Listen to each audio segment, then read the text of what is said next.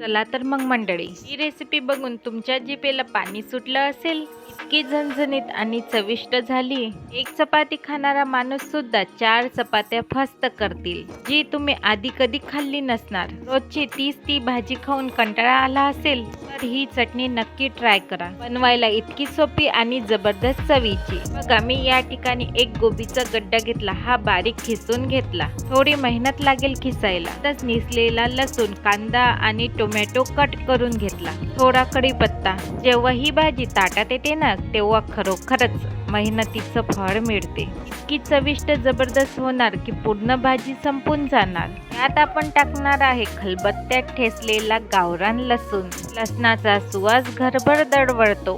चवीप्रमाणे चटणी मीठ आधीच प्लेटमध्ये काढून ठेवले. गॅस पेटवला. गॅसवर कढई ठेवली. कढईमध्ये 2 चम्मच इतके तेल टाकले.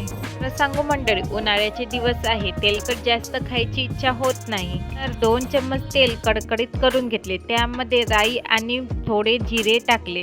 छान जिरे मोहरी तडतडली. त्यात कट केलेला कांदा टाकला आणि कांदा मंद आचेवर लालसर सोनेरी होईपर्यंत परतत राहिले. खरंच मंडळी, तुम्हाला ही रेसिपी थोडी जरी आवडली असेल तर लाईक आणि सबस्क्राईब करायला बिलकुल कंजूसी करू नका बरं. यामध्ये ठेचलेला लसूण टाकायचा आणि छान असं सोनेरी होईपर्यंत परतत राहायचा. जसा खमंग सुवास सुटणार की समजायचं हा लसूण एकदम तयार.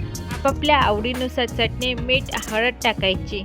एक कट केलेला लाल लाल टोमॅटो टाकून छान परतून घ्यायचे. टोमॅटो सुरुवातीला मोठ्या जाळावर मऊ होईपर्यंत परतून घ्यायचे. मी या ठिकाणी कढीपत्ता विसरली होती, त्यामुळे आता थोडा कढीपत्ता टाकला.